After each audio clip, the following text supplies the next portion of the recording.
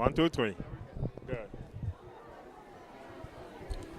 Welcome back, Southwest Florida, to another edition of Lead Pitch Live. We are here, Johnny on the spot, at the point of impact. Where is that? Is it at the Crown Plaza Hotel? We're covering the African Network of Southwest Florida's gala. As usual, Lead Pitch Live on Fox 4 is the media sponsor. This crowd that you see filling in the back are still partaking in the reception part of the program, and we're going to be moving into the program soon. We have some high-ranking Africans here who've come to support this event. They've stopped here at the TV set, and we'll get a chance to meet them. What is your name, ma'am, and who are you representing? What organization? My name is Patricia Conteh-Morgan. I'm the president of the Tampa Bay Area Liberian Association. So is it fair to say that you are from the country of Liberia? I'm from Liberia, the motherland. The motherland. And you? Well, I'm Yves Bouele. I'm from Cameroon. And I'm here to represent the African Leaders Council. And I'm also the General Secretary of the Liberian Community of Florida. Okay, now the African Leadership Council is what? Is that nationwide? Is that local? Where is that? It's in Florida. It's a Florida base. Okay, you have, tell us about the scope of it, the size of it, how long it's been around, that type of thing. Sure, the African Leaders Council has been around for 4 years now. Our goal is to bring visibility, to the African community and harness the civic leadership in our community. Essentially, that's what we do. And we heard about the African Network and what they're doing in South Florida. We've been in discussion. Our goal is to make a representation of Florida, of Africans in Florida. We're going to have the September as the African month. That's our goal as an African community through the African Leaders Council. I can see that happening. And we'll be right, Lead Pitch Live will be helping you in that cause. Now, how have you found the quality and structure of the African Network of Southwest Florida through your interactions with the president, Dr. Peter Denui? Well, I was just yesterday yesterday was the first time that I spoke with Peter. Being the president of the Tampa Bay Association and now a member of the African Leaders Council representing the Tampa area, I find it very, very interesting that we have all these Africans not knowing that they were in Tampa or in the other regions. And with the African Association of Leadership, we have been able to reach people. This evening, I've been fortunate to meet a Sierra Leonean. Didn't even know that I had someone just a stone throw from me that is part of the African Leaders Council. So we here in America should come to the realization and the understanding that there are a lot of Africans here in the state of Florida. There are a lot of Africans around the United States who are making great contributions. The fact that we have this event every year, and I've come to them for the past 10 years, the African Network of Southwest Florida's annual gala, what does that do in terms of continuing to enlighten not only the local Africans but non-Africans as well? Well, the African Leaders Council, it's not just, like you said, African. It's not only catering to Africans. We also want to cater to the locals, seniors living within our neighborhoods, seniors living within the community where we live. We try as best as possible to offer our service in terms of community service to people that maybe homebound, that really need some mobility within the community, that need some community involvement, community integration. We reach out to those people as well. We do various projects, like in the Tampa area, we do projects where we go and obtain some of the information on homes that were abandoned, that didn't fall within the codes, that were about to be demolished. We go out to those homes, to those senior homes, and we assist them by bringing their homes up to code, by cleaning, painting, doing gardening, landscaping, because I'm passionate about that. So we go into those communities and help those seniors just to bring their home back up to code.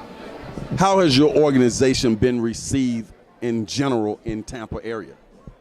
We've been very well received. Several years back, we had the president of the University of Tampa join us at one of our programs because we had the president, Mrs. Ellen Johnson Sirleaf, come. And through the organization, through the notice of the organization being in Tampa, we're able to reach out to other non-Africans to come and celebrate our independence with us, to also know that we're Africans, we're in the neighborhood, we're in the community, we need to be known, we're here to make an impact, we're there to make an impact as a community member, not just Africans living in America or Africans living in Tampa. Okay. Now you say you were the president, you were something with the African... Director. Of the African what? Leaders Council. Okay. The African Leaders Council, which is here in the state of Florida? Yes. Okay. What is your goal? What are your goals? Okay. Well, our goals, again, is to make sure that our community understands the impact of the African community, those who came from, the immigrant from Africa. Give us some of those impacts right now. Right. America, Florida in particular, is enjoying the best of Africa. We are the latest immigrant group in America and the best. As a matter of fact, whenever you meet an African American with an accent, you will see that they are in a position of influence. The director of the DNC in our area here is from Ethiopia. That's just an example locally. So we realize that the best of Africa is having a specific and important impact in our communities. That's why we have events and gala like this. So our community, we understand that the African immigrants are an integral part of this community and that we are here to fascinate the community with our culture and not being followers. So that is leaders. We are leading the cultural impact of this community as well. So that's essentially our goal. We want to make sure that we grow our visibility and civic leadership. Now, I was the keynote speaker here last year at the gala. Okay. So you guys would know. Okay. My close relationship with the African Network. And generally I MC these galas. Okay. But one of the things I brought out last year in my keynote speech about my relationship in college, my roommates were from Nigeria. Okay. And of course, and just so you know, I've traveled throughout Africa over the years. My last visit was to South Africa and Cape Town, Johannesburg. Yes.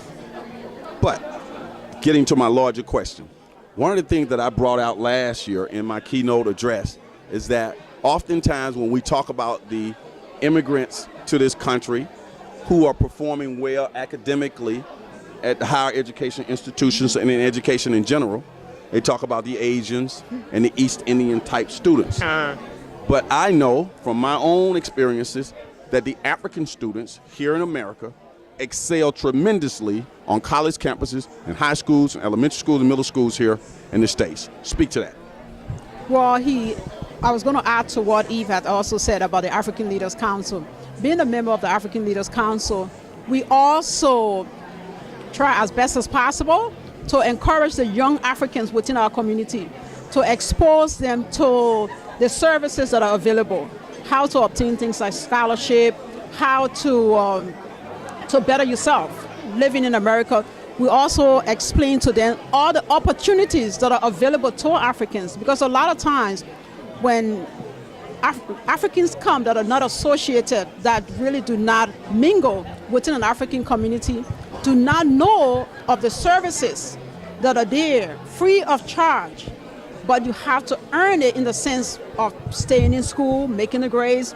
There are scholarships there. You really don't have to be a born American to have those things available to you, but you have to have all the legal documents. So we encourage them. We have, it was a month ago when they had the immigration workshop, to just assist people with issues that they're having, how to go about the immigration status, how to do the processing, the paperwork. So those are some of the things that we introduce to the African community. If people want to get in touch with you and find out more about your organization, is there a website or a Facebook page they can go to? Yes, for the if there are any Liberians listening that are not part of the overall body, which is the Liberian Communities of Florida, they can go to www.africansinflorida.org to get to the overall body of the Liberian community. But those that are living within the Tampa Bay area, closer to Tampa, I can be reached at my email, Patsy, Patsie 109 @yahoo.com. Send me an email, tell me who you are, and I'll be in touch with you. Okay, same thing here. How do people get in touch with you? Well, we have, for the leaders, those who want to be leader can join our Monday night conference call, 321-333-5454, every Monday at 9 o'clock. Those who wants to understand about our leadership. It's like you got a website there too. Yes, and we have a website, africansleaderscouncil.org. Well, it's been a pleasure having you both stop by. I want to get a chance to talk to some more Africans. This is a plum pleasing pleasure and a privilege. Africa is here in Southwest Florida in a big way. We have them from various countries in Africa. You are from which country? Cameroon. And you're from? Liberia. And I'm African American, but when I talk to Africans, they say my descendants would have come from Nigeria based on my facial structure, my height, and some other things. I don't know, but they can look right at you and tell because they are native Africans. We'll be right back on Leadership Live at the African Network of Southwest Florida's Gala.